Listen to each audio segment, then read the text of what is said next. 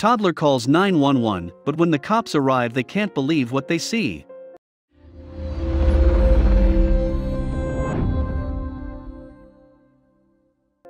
Officers heard barking and screaming from the tiny trailer, which was in terrible condition. The windows were dirty, the curtains had turned yellow, and the metal paint was chipped. The cops knocked. "Anyone there?" They screamed. "Police." It was tough to hear the cries with all the barking. So officers decided to kick the metal door down. The smell from inside made them nauseous. Then, they found the source of the stench. The 911 operators in Florida were used to all sorts of calls ranging from people arguing to disorderly conduct. They were also used to people prank calling them.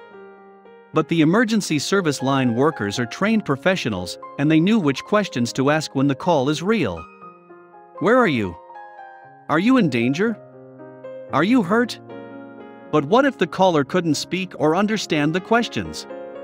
Mary was full of energy when she started her shift on Tuesday morning because of the 2 cups of coffee she drank before sitting at her post. Now that she was wide awake, she put on her headset, turned her computer on, and drank her 3rd cup of coffee. The office was very quiet as the morning and night shift had just swapped. She had no idea what awaited her on this fateful day. Mary often said the same line tons of times a day over the past 3 years. 911, what is your emergency? She waited. It was shortly after 8 a.m., and she wasn't in the mood for pranksters, who usually preyed on the night shift. "Hello? 911? Hello?" She pushed her headphones deeper into her ears and cranked up the volume. Then, she heard a heartbreaking voice. "Mama," a child asked.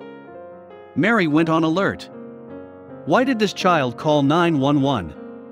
"Can you hear me?" she asked. But all she heard was baby talk that she couldn't understand. "Is your mommy or daddy there with you?" Mary heard dogs howling and barking on the other end. "Hello? Do you have mommy or daddy with you?" The hair on the back of her neck stood out when the child whispered, "No." Mary couldn't understand the child, and vice versa, which made her worry. "Call mommy or daddy. Tell them someone is on the phone for them, okay?" She heard a rustling sound through her headset. She started to wonder if the child's mother was injured. Then the child explained, no, she went out." Mary kept questioning the child, but the responses were barely audible. How could she help this kid? "Can you stay on the phone with me and talk to me?" Mary asked as she frantically used her keyboard in order to triangulate the child's location. But to do this, she had to keep the child on the phone. "Is that your puppy I hear?" The barking was deafening. "What's your name? What age are you?" "Nothing. Are you still there?" Then the call ended. Fortunately, Mary had the child's location. Mary tracked the call to Oak Hill, Florida, and dispatched a couple of deputies to investigate. Once the cops arrived at the trailer park, they discovered more than they expected when they arrived at the tiny trailer home. The shack was extremely dirty. There were 2 dogs trapped in a cage. But a 3rd one was loose, and it looked really aggressive. The cops reached out to animal control before making their way into the home. But where was the child? The 3-year-old girl who made the call was in a corner, and she wasn't alone. She was with her younger sibling, and both of their diapers were overflowing. They looked hungry too. But when the officers looked in the fridge, all they found was slime and mold.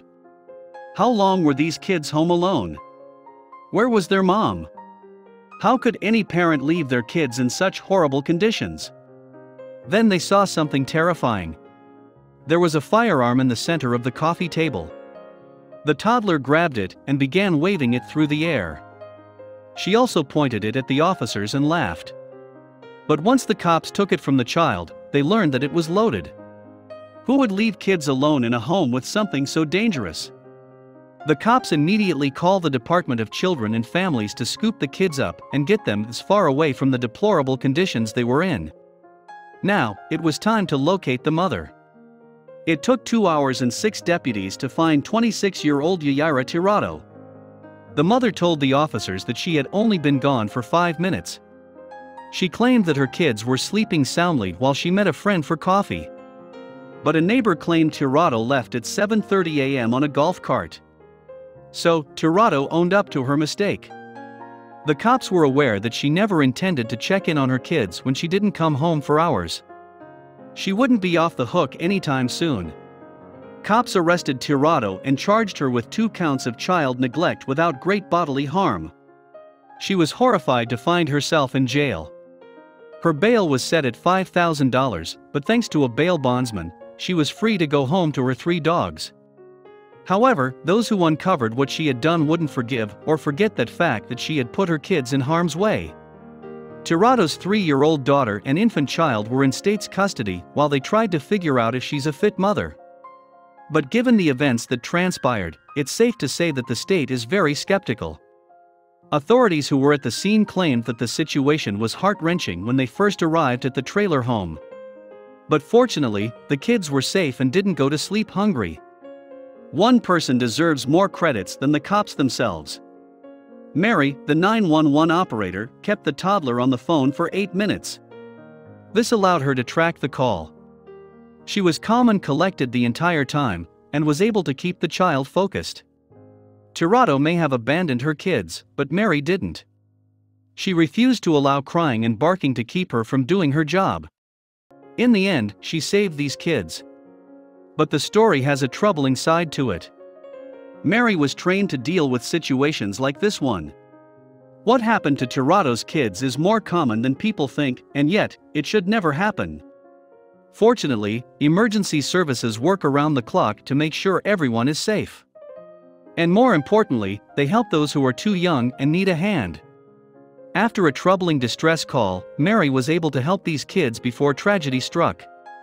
Mary deserves a promotion.